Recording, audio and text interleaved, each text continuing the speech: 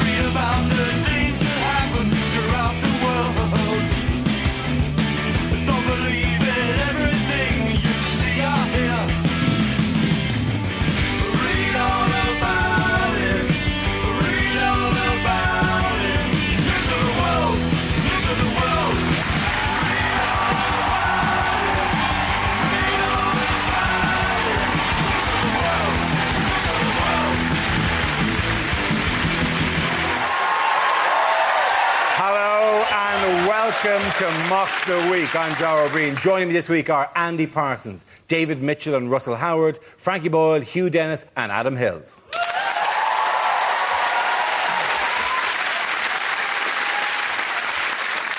We start with a round called Headliners. Here's a picture of the spectacular opening to the Olympic Games. But what does BGMC stand for? Is it British Gas Managers Celebrate?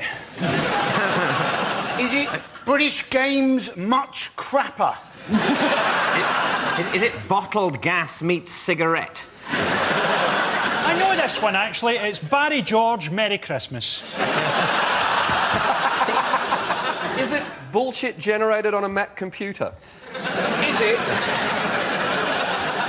Do you think that's how they did it? It's all That's Photoshop. that's why they had so many people dancing. They just did one of them and then did Control-V, Control-V, Control-V, Control-V, Reality, Control-V, it was an Control-V. empty stadium with just George Bush. Is it... I've got one. Is it Bob Geldof meets Christ? Are you sure it's not barbecue's gone massively cockeyed? Surely. Yes, it was in a Chinese paper. It's actually...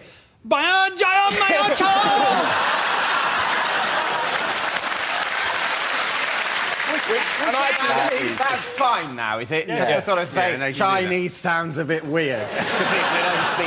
Now China's got an economy, the racism's all allowed again. Is it properly Beijing Games most costly, I would have thought? Yes, it is. Very good. Well done, Hugh Dennis.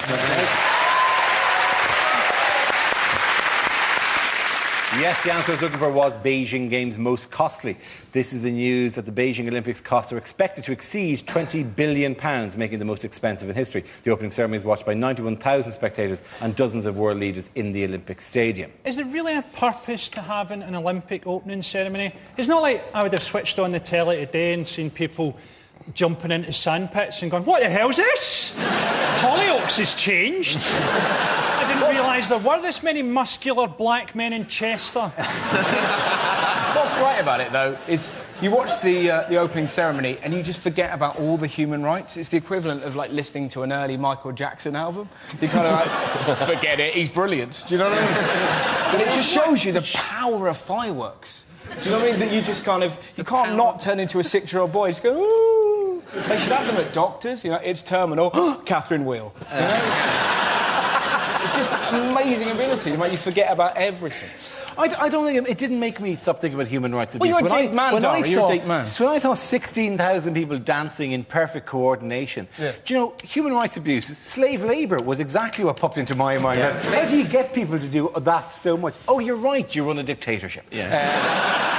It shows you the advantages of totalitarianism. Organisationally, it's an extremely efficient system. It's only this sanctity of human life thing that we're clinging on to for some reason that means that our games are going to look so shit. You wouldn't want to be the one Chinese guy who danced out of sync, would you? Just find yourself sort of... I don't remember a man with a rifle in the dress rehearsal. There goes me and my village. Did you see? Did you see the drummer, though? The drummer was the amazing bit. They were kind of doing that for ages, and then it cut up to one of them when he finished, just going... like that. Because, you know, they just flashed an image of his nan just going, if you don't get it right, she will die. And then there was the bloke, wasn't there? The bloke with the Olympic flame, which apparently had travelled round the world in an aeroplane. Yeah. So you can't take 100 millilitres of liquid onto the plane, but you can take a lit torch. Hang on, they flew through it on a plane. And with the other passengers not going, I'm getting unnaturally drowsy at the moment. So, any chance you could put out the... Well, there was a great point in the coverage, the BBC coverage, where they said, oh, this Chinese opening ceremony is glossing over bad elements in their history. And you think, well, of course it is. I mean, it's not like the London opening ceremony is going to be a warts and all portrayal of British history, is it? Not going to bring on children of all nations and slaughter them at bayonet point. Now we have the Irish potato famine expressed through the medium of rhythmic dance. And now some acrobats and clowns will reenact the shooting of Jean-Charles Domenech. We'd like to welcome the US basketball team celebrating Britain's role in the slave trade. The ironic thing about the smog, though, isn't it, is that they say that the Great Wall of China is one of the few things on Earth that you can see from space, and yet, when you're at the Great Wall of China, look up, you can see sod all. You can't see space, essentially, yeah. There are plenty of places on Earth you can see space from, though. I mean, that's not the problem. I mean, most spaces, not indoors, but, like, outside this building, you can see space, a bit of space. But you can't from the Great Wall of China, No. because there's just little bits of soot coming down on your head. So that's probably all you can see in space, is the soot. It's not the wall at all. To be honest, they probably... Actually, I doubt sorry that's what to they're thinking. interrupt with the fact, but yes, you can't Unless actually see the Great Wall of China from space. What you can see is the dust around the Great Wall of China. Why don't they hoover it? I love the idea that question underlying these hypocritical Olympics. Why don't they hoover their walls? Democracies hoover things. The Chinese Till they ambassador, learn to hoover, they won't be a proper country. Not in the Chinese ambassador's sitting at home going, I wonder how people received our opening ceremonies, which is this one. Why don't they hoover the Great Wall of China? I didn't even like the opening ceremony, man. How can you not have liked the opening People ceremony? in tracksuits and explosions. I had a flashback to living in Glasgow.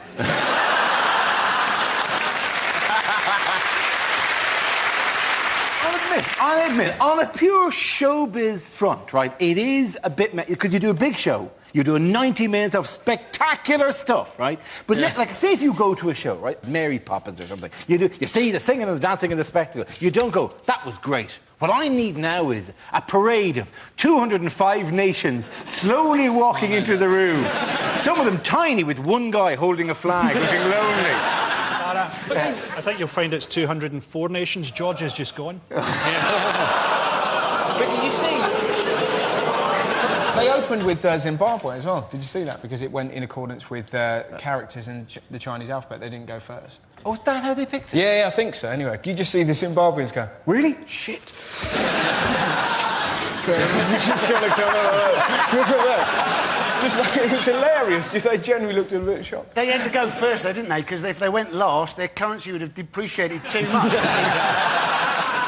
Well, Frankie, I've actually got to go to the Paralympics in September for Australian television, and my job is actually to commentate on all the Paralympians coming into the venue. I know. So, which is why I've said nothing bad about China thus far. You've been quite diplomatic, haven't you? I'm intrigued that you're directing this to me. Are you looking for my advice on how to keep it light?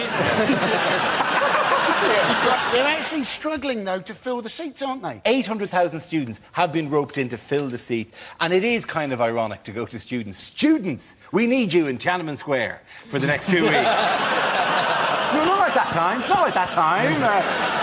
Wait a minute. I've been fooled before on this. No, come on. Are we going to stop talking about, ceremonies and start talking about winning medals? Or is that just an Australian thing? Somebody hasn't been watching the dressage punk. I think you find in all the posh sports that aren't really sports, we're doing very well indeed. Oh, yeah. I mean, they're kicking your ass in dancing horses and tiny yachts. They are eating. They're owning you in that. Any of the sports where African men can't actually afford to take part, we're ripping it. Also, do you not get pissed off, though, that every time an Australian does win, on the flag, there's a tiny little Union Jack in the corner? Because if we added the 25% of your medals that we thereby get, we don't do so badly. You've picked the wrong tactic with this nation of embittered losers. We're meant to get 42 medals this Olympics, and then more in London, but it doesn't say that you have to win them. So we can just send teenagers out with knives and... Steal them off the other competitors. I think that's likely to be part of the opening ceremony anyway. Yeah. If it's like a diorama of modern Britain. They're going to use the torch to light a stolen Ford Mondeo.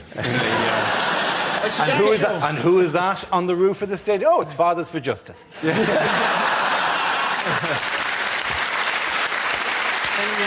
just confess that we can't compete, right, and just spend a £5 on it. Yeah. And have Paula Radcliffe dressed as a clown with a sparkler. A droopy clown, a clown with a tear. I think, right, London, they're never going to do better fireworks than the Chinese, right? What they should do, what's the budget? 30 million. Spend it all on one big firework that we use to knock the moon into the sun like a pool ball. And in the 8 minutes it takes for the supernova blastback to destroy Earth, Sebastian Coe just stands there and goes, "Get it up, you China!"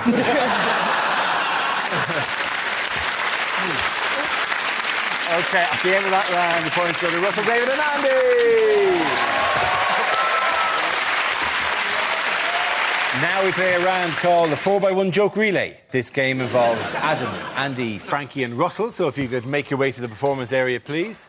This is where we test our performers' stand-up skills. We spin our news generator that settles on a topic and then you can volunteer jokes about the chosen subjects. Points will be awarded for degree of difficulty and artistic merit. OK, here we go. Let's spin the wheel. The first subject is US politics. Can we have someone on that? Andy Parsons. Now, the Democrats, they're saying, aren't they? They're saying that Barack Obama will become the first black president of the United States of America. He'll be up against Senator John McCain, right? A man famously went on American radio and when asked what did he think about Iran, he sang, "Bomb, bomb, bomb, bomb, bomb, Iran." Basically, bomb Iran to the tune of Barbara Ann by the Beach Boys. That's not the man we need in the White House, is it? Mr. President, what do you think of the recent earthquake in China? Good, good, good, good vibrations. Well done, Andy Parsons.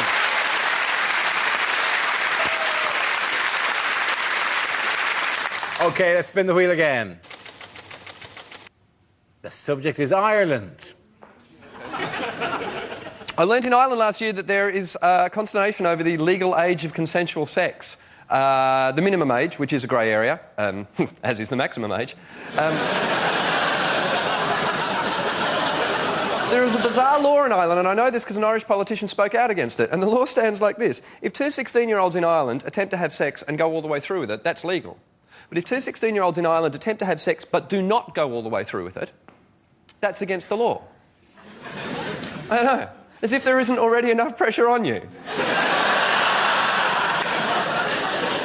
To get it right at the age of 16. Now, if you get it wrong, it's also a criminal offence. Imagine that sitting on the edge of her bed, humiliated, pants around your ankles, she's in tears, you've somehow flicked her in the eye with a condom. And the door bursts open. Police, you bollocks that up now, didn't you? Adam Hills. OK, that leaves us with Frankie and Russell. Let's spin the wheel. The next topic is science. Frankie. Viagra's overrated, isn't it? Do you know Viagra actually takes half an hour to have any effect? I often find that in that time, the woman has managed to wriggle free.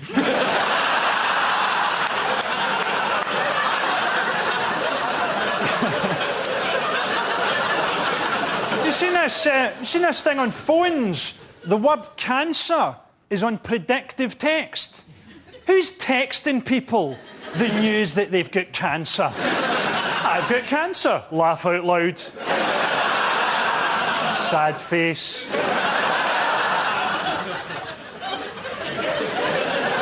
Can I ask you something? How long is too long to text back to someone? My wife still thinks that I died on September the 11th. It's a good way of getting out of a relationship. A little trick I picked up off my dad shortly before his untimely death aboard the Challenger space shuttle.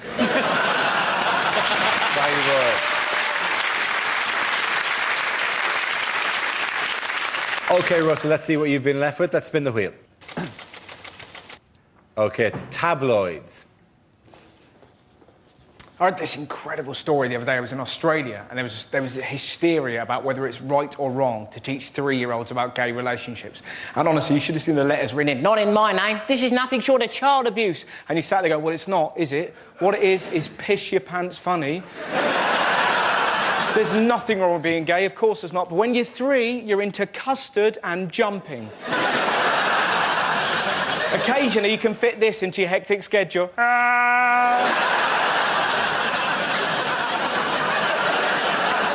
They want to bum each other. Busy, Mum. That's a hill, and I'm going to roll down it like I'm a sausage.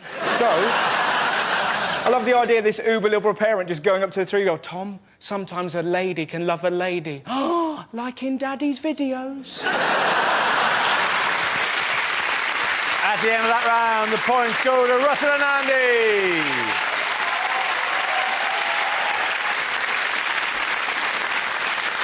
Our next round is called If This Is the Answer, What is the Question? On the board are 6 categories. Adam, which category would you like? The economy, please, Dara. The economy is the category.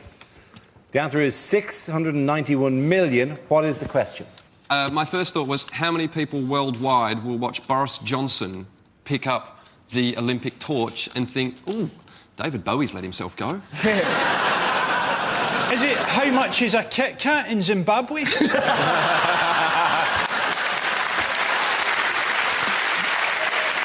What speed does Jeremy Clarkson think is reasonable in the built-up area? What does C-3PO shout when he ejaculates? Is it how many shitty political cartoons with bears with the word Russia written on them have been printed in the last week? Is it at what age did God have his midlife crisis? Oh, the son's left home. Is it how many lies has the average grandad told?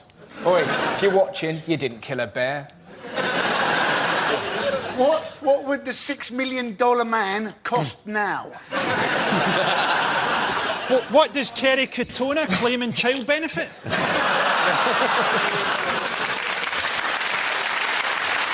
I know the actual answer. It's how much money did the Royal Bank of Scotland say that they'd lost this week? Yes, exactly right. Well done.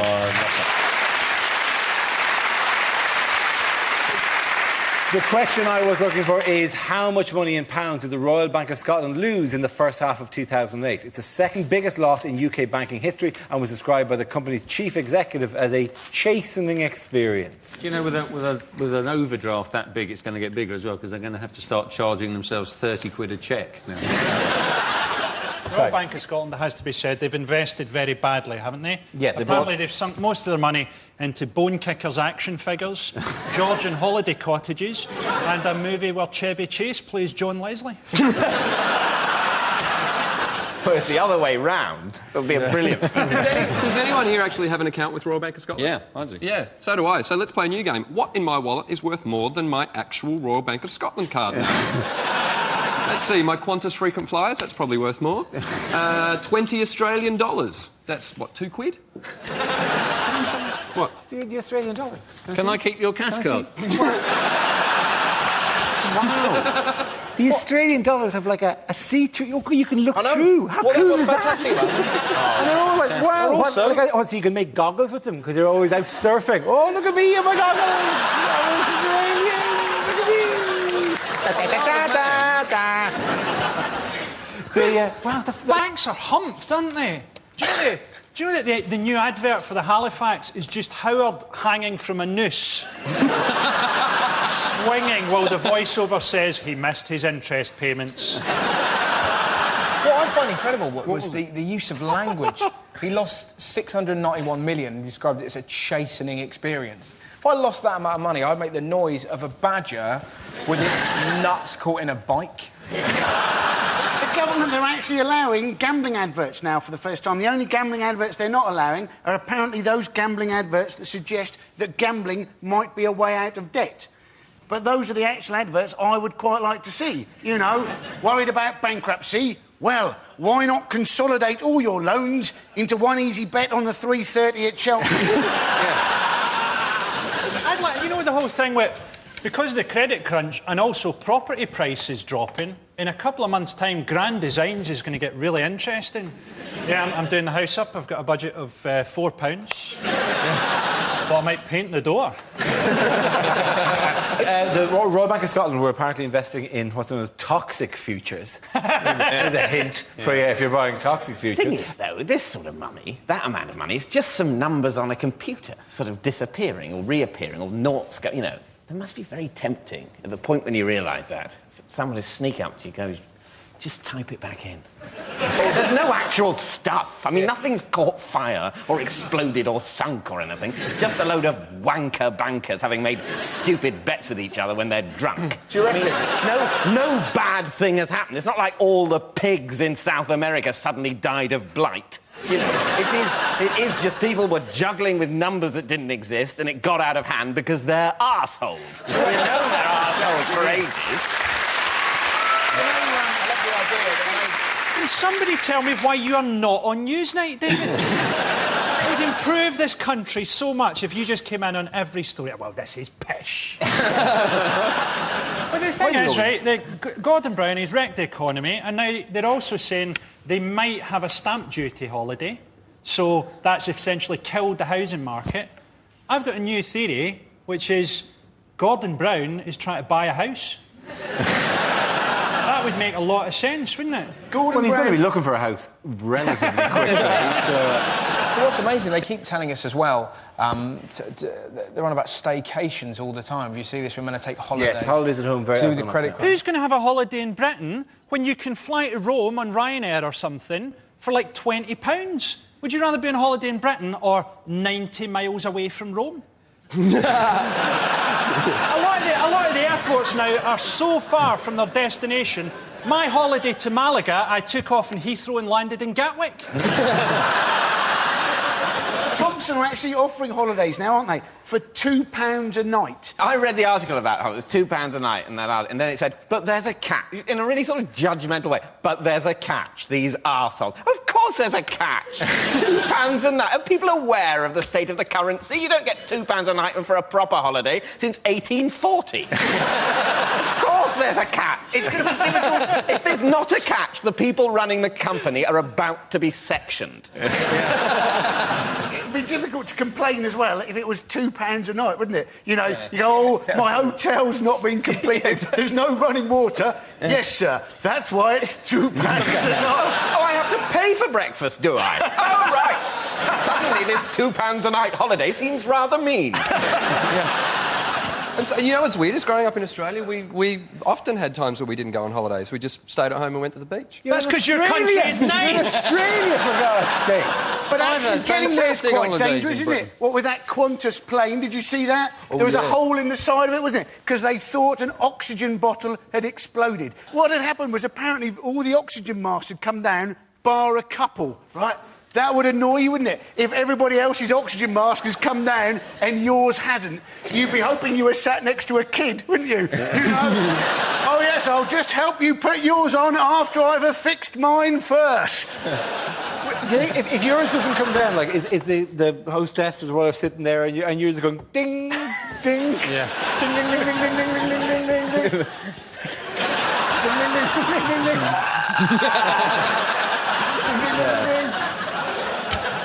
At the end of that round, the points go to...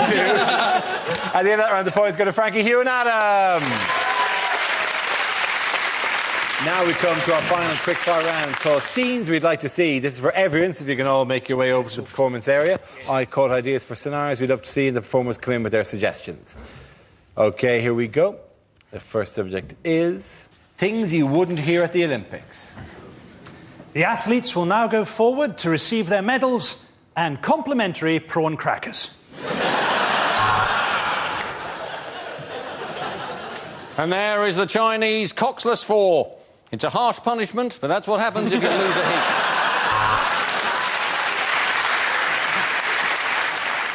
And look, there's Paula Radcliffe in a clown outfit holding a sparkler.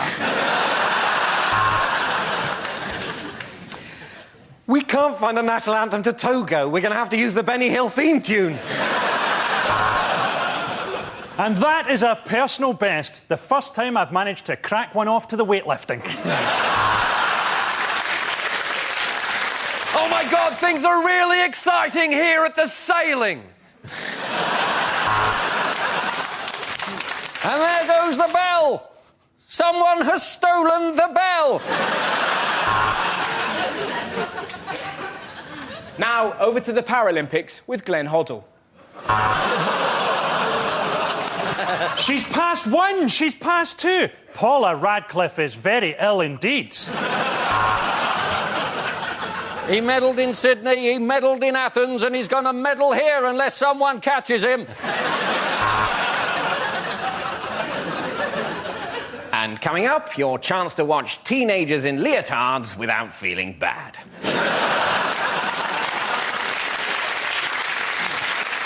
To show you just how polluted this city is, the Javelin has got stuck in the sky.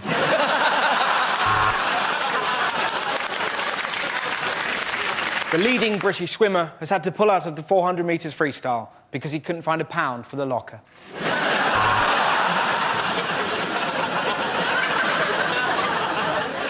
Well, we should have done better in the shooting, and this young team from South Manchester know it.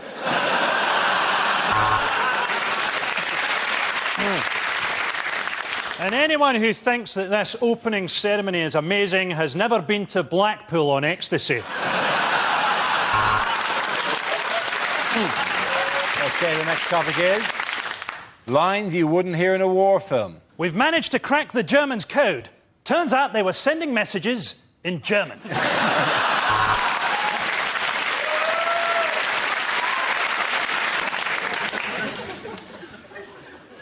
Why are we speaking English?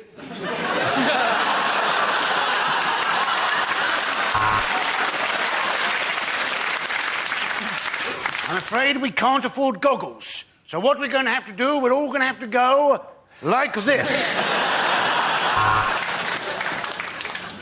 Terribly sorry, Sergeant. It's just that when you said let's all band together and take Jerry from behind... OK, chaps, here's the strategy for escaping from the prisoner of war camp. We sit it out till the end of the war. I can't feel my legs. That's because your arms have been blown off.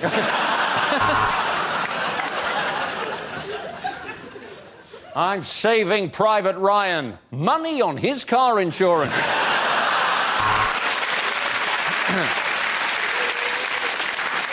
Is anyone else embarrassed that we've all turned up in the same outfit?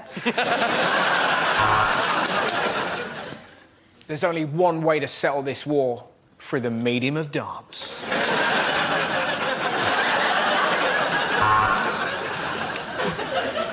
Don't worry, Tommy. I'll make sure she gets it. It's chlamydia, isn't it?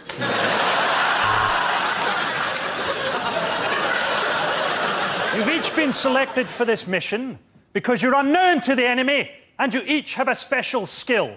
Professor Hawking, John Leslie, Phil Neville, the Wu-Tang Clan, Usher, the Sugar Puffs Monster, and Daniel Day-Lewis. Welcome to Operation Mindfuck.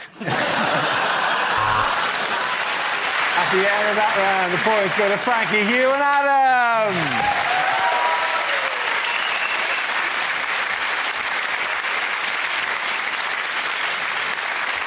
That's the end of the show. This week's winners are Andy Parsons, David Mitchell and Russell Howard. Commiserations to Frankie Boyle, Hugh Dennis and Adam Hills.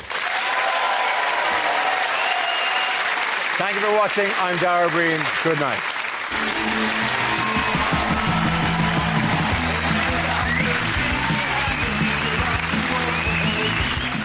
Keith Chegwin is among the guests in Never Mind the Buzzcocks at 10.